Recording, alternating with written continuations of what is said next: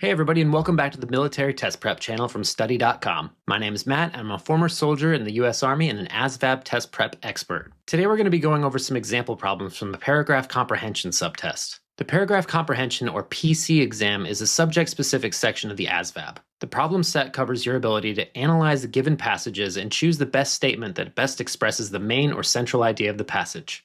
So without further ado, let's get into it. Pause the video, read the passage, and then we'll talk about it when you come back.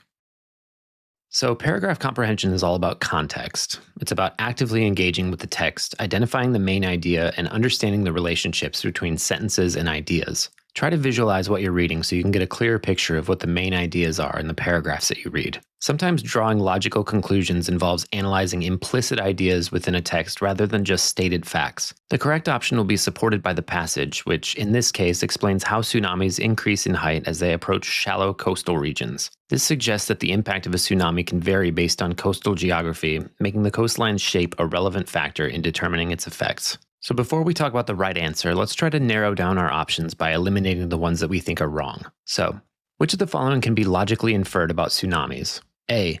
Tsunamis pose little threat to areas with deep coastal waters. Well, this one is incorrect, as there's no evidence in the passage that leads us to make this inference. In fact, we might be able to infer that the opposite is true in this case, as the passage tells us that tsunamis are often caused by deep ocean events like underwater earthquakes and volcanic eruptions. So the closer one is to such an event, the more likely they might be to experience a tsunami. So let's cross this one off. B. The predictability of tsunamis makes early warning systems unnecessary. Well, this one can't be right because nowhere in the text does it imply that tsunamis are predictable. The text also implies that early warning systems are in fact necessary, so we don't have to do much for this one. So let's cross this one off. C. Tsunamis move at a slower speed in deeper parts of the ocean. It's not this one either, as the text explicitly states that tsunami waves travel swiftly across entire oceans, implying that even at vast ocean depths, tsunami waves move fast. So both by process of elimination and the reasons that we stated up front, the correct answer is D. The impact of a tsunami is influenced by the shape of the coastline. We can make this inference based on the facts that we know about how tsunamis behave when they reach shallow coastal regions. Pause the video, read the passage, and then we'll talk about it when you come back. So again, we have to take in the information we've read and make logical conclusions that aren't necessarily explicitly stated based on the evidence presented to us. The passage states that Henry Ford's assembly line revolutionized car production, making automobiles more affordable. This supports the conclusion that his innovations helped to make cars more accessible to the public, so therefore the answer is C. Henry Ford's assembly line made automobiles more accessible to the public. But before we move on to the next practice question, let's again use the process of elimination to get the correct answer. This technique will definitely help you out during the ASVAB exam if you're having trouble deciding which answer sounds more correct. So, A states that steam-powered cars remain dominant into the 20th century. We probably already know that this isn't the case, as most cars during the 20th century ran on gas. But in addition to this fact, the passage does not indicate that steam engines remained dominant for any stretch after they were invented, so there's no reason for us to make this conclusion. Let's cross it off. B. Early automobiles were costly due to their complex mechanical systems. They may have been more expensive, but the second part of this conclusion states that it was due to their complex mechanical systems. This is not the case, as the text tells us that it was more a matter of production time that stood in the way of affordability. So let's cross it off. And D. The first automobiles were abandoned due to safety and efficiency concerns. Well, nowhere in the text does it say or infer anything about early models being abandoned, nor does it mention safety or efficiency anywhere, so we can't really draw that conclusion. So let's cross it off. So for these reasons and the original reason that we mentioned up top, the correct answer will be C.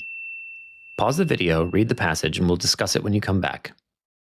Let's use the tools that we've learned from the first two practice problems to solve this one. First, let's do process of elimination. Which of the following statements is best supported by the passage? A. Rainfall occurs when warm air rises regardless of moisture levels. This statement is not supported by the passage, as it says that rainfall occurs when the moisture levels become condensed and the clouds become too heavy, indicating that moisture levels matter when it comes to precipitation. So let's cross it off. B. Clouds that do not produce rain have little effect on the water cycle. So there's no logical basis for us to make this assumption based on the evidence given to us in the passage. There's no mention of other types of clouds, so there's no reason for us to make conclusions about their role in the water cycle. So let's get rid of that one. C. The formation of certain clouds can indicate upcoming rainfall. This one sounds right, so let's check on D before we make our final answer. D. All cloud types play an equal role in precipitation and climate patterns. Well, similar to how B isn't the right answer, D is also incorrect for the same reasons. We can't draw conclusions about other cloud types based on the information given. So, by process of elimination, C is our answer. Readers can draw logical conclusions from a text by analyzing key details to make informed judgments. The passage states that the clouds like nimbostratus and cumulonimbus form when warm, moist air rises and condenses, leading to precipitation.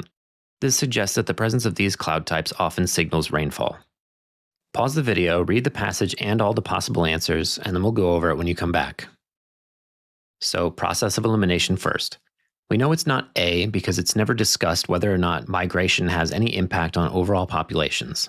So let's get rid of it. C doesn't sound right because we're not focusing on birds that don't migrate, and we have no basis for what their capabilities are when it comes to adapting to environmental challenges. So that one's out. D isn't it, as we don't know what differences there are between birds that migrate across great distances compared to ones that don't. We don't discuss what's necessary for other bird species to survive, so let's get rid of it. And this leaves B. Migratory birds rely on both instinct and nature's cues to guide their journeys. Again, making logical inferences requires interpreting information based on textual evidence.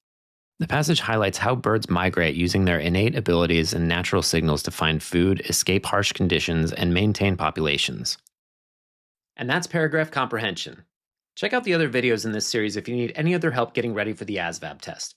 Give us a thumbs up if you're feeling more prepared, drop a comment with any questions or topics you'd like for us to cover in the future, and make sure you subscribe for more U.S. military test prep content from study.com. Stay sharp, and I'll see you in the next video.